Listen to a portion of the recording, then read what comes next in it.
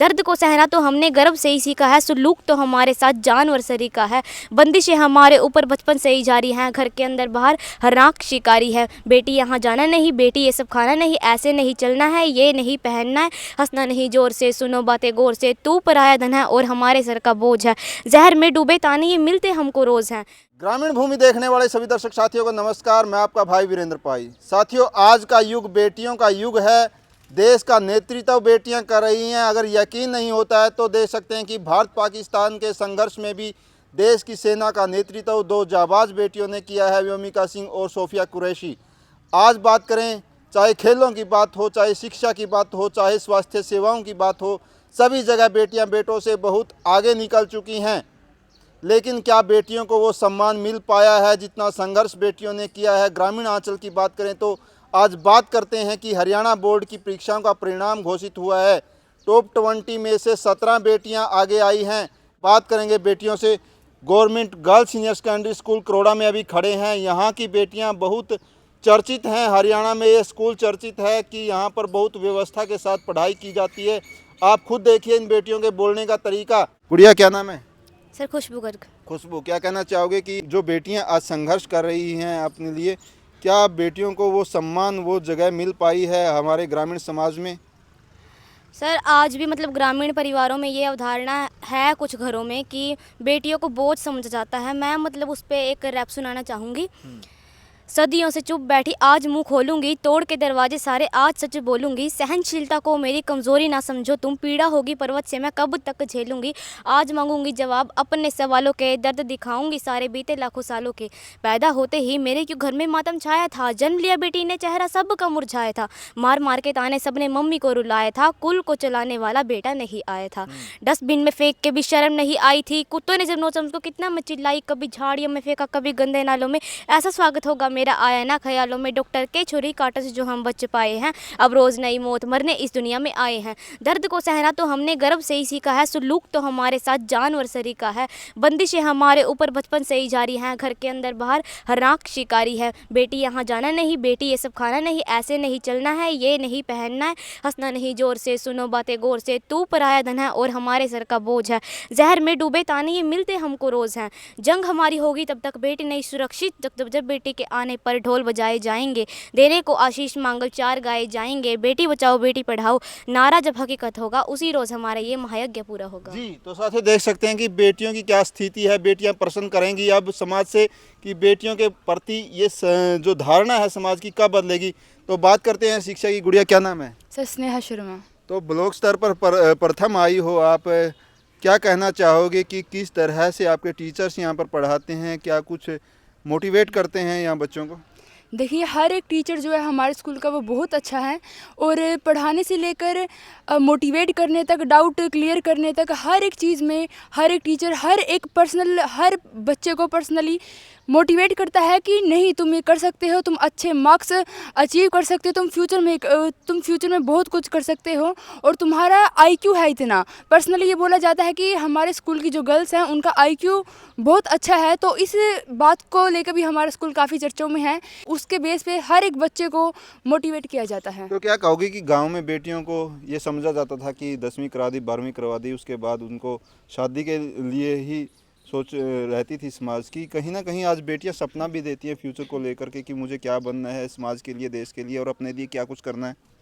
जी देखिए, समय के साथ हर कुछ बदल जाता है, उसी प्रकार समय के साथ समाज बदल जाता है। कुछ एक ऐसे क्षेत्र है जहाँ पे यही अवधारणा है कि नहीं, बेटियों को पढ़ाना नहीं चाहिए, वो बोझ है, उनकी बस थोड़ा सा पढ़ा के उनकी शादी कर देनी चाहिए।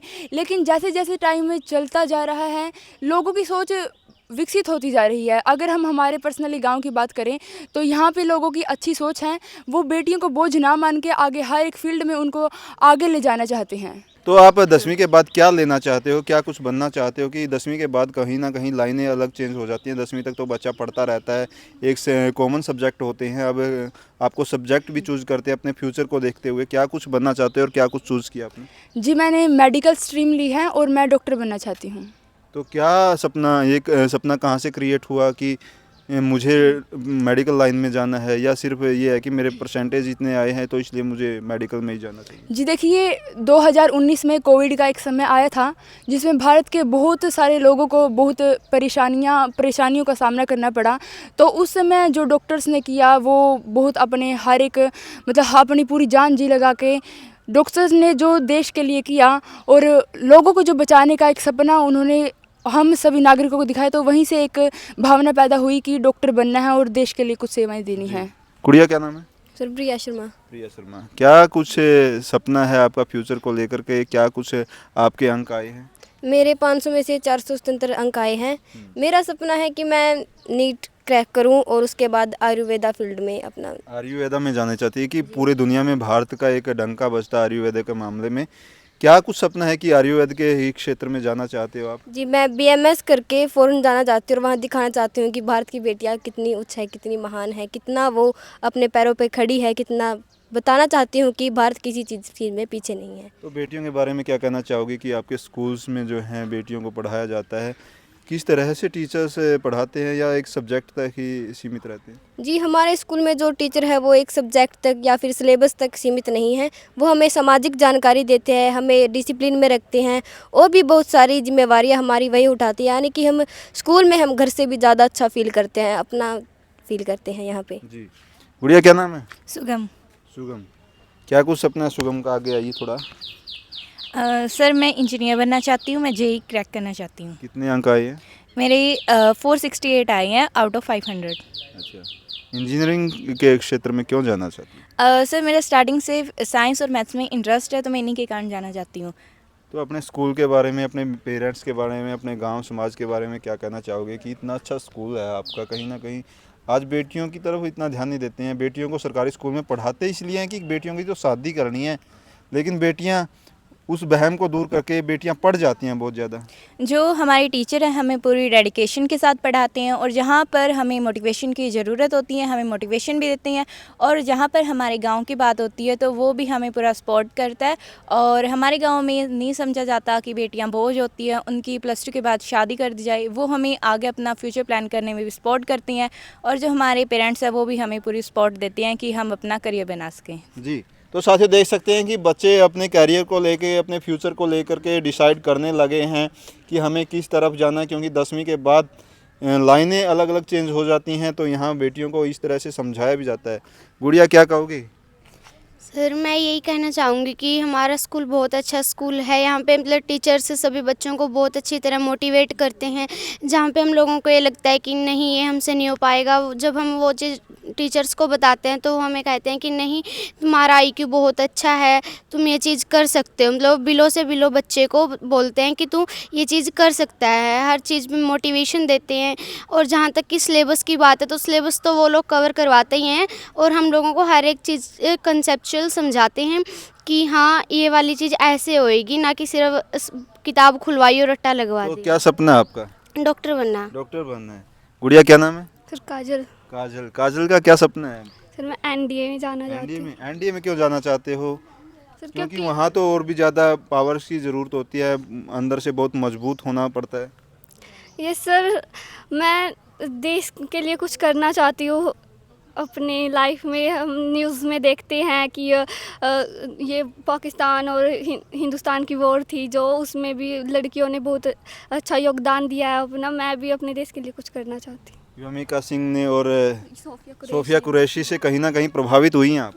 हाँ गुड़िया क्या नाम है? सर मोनिका। मोनिका, क्या बनना चाहते हो आप? Sir teacher. टीचर बनना चाहते हैं। यस। कौन से सब्जेक्ट में? Sir mathematics. मैथमेटिक्स। जी। गुड़िया क्या नाम है? श्रुति। श्रुति, क्या सुर है भविष्य को लेकर?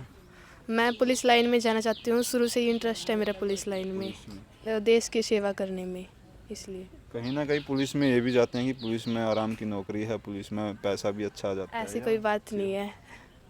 जी। गुड़िया क्या नाम है? गुड़िया सर मनु। मनु। मनु का क्या सपना है फ्यूचर को लेकर? सर आर्मी में जाना। आर्मी में जाना Yes, चाहते हो? गुड़िया क्या नाम है? पलक। पलक, क्या क्या सपना है? डॉक्टर बनना। डॉक्टर। तो आप बताइए अब क्या कुछ सपना देखा है अपने फ्यूचर के लिए आपने? गुरुजी मैं संस्कृत लेक्चरर बनना चाहती हूँ। संस्कृत। संस्कृत में इंटरेस्ट कैसे आया? सर एक मतलब ये होता है कि सिर्फ पढ़ाई से अलग मतलब टीचर के सिखाने पर भी डिपेंड करता है। हमारे जो सर हैं श्री राजेश कुमार नैन जी, उन्होंने संस्कृत को कुछ इस तरीके से पढ़ाया कि हम सिर्फ पढ़ाई की तरफ नहीं, अध्यात्म की तरफ भी आगे बढ़े हैं। और मुझे लगता है कि संस्कृत में हाँ मैं अपना करियर बना सकती हूँ। कितने नंबर आए संस्कृत में? 100 में से 100। कितने बच्चों के आए 100 में से 100? 7 लड़कियों के आए हैं। जी। तो साथियों देख सकते हैं कि 100 में से 100 नंबर संस्कृत जैसे विषय में लिए हैं। 7 बच्चों के यहाँ पर आए हैं। अन्य सब्जेक्ट के बारे में तो आप खुद देख सकते हैं कि यहाँ पर मैथ की बात करें, अन्य सब्जेक्ट की बात करें, 100 में से 100 बच्चों के बहुत बच्चों के आए हैं। और ये जो बच्चे हैं कहीं ना कहीं पूरी मेहनत के साथ, लगन के साथ पढ़ रहे हैं। बेटियों की बात की जाए, आज बेटियां बहुत आगे बढ़ रही हैं। सरकारी स्कूलों में बेटियों को ये समझ के पढ़ाया जाता है कोई बात नहीं, पढ़ेगी तो ठीक है, नहीं तो शादी कर दी जाएगी। लेकिन बेटियां समाज के उस धारणा को ख़त्म कर रही हैं कि बेटियों को आप एक बार पढ़ने का मौका तो दीजिए, बेटियां आपके बेटों से बहुत आगे निकल जाएंगी। तो साथियों वीडियो को शेयर ज़रूर कीजिएगा कि कहीं ना कहीं आज भी जो ग्रामीण समाज बेटों को कहीं ना कहीं ज़्यादा तवज्जो देता है, उनकी तवज्जो में बेटियों ने बहुत ज़्यादा तवज्जो खुद को दी है और बहुत बड़े सपने इन्होंने देख लिए हैं। चाहे सेना की बात हो, चाहे डॉक्टर की बात हो, मास्टर की बात हो, स्वास्थ्य सेवाओं की बात हो, पुलिस की बात हो, सभी जगह ये बेटियां जाना चाहती हैं। कहीं ना कहीं प्रेरणा ले रही हैं, प्रेरणा दे रही हैं समाज को। वीडियो को शेयर ज़रूर करें। जय हिंद, जय भारत।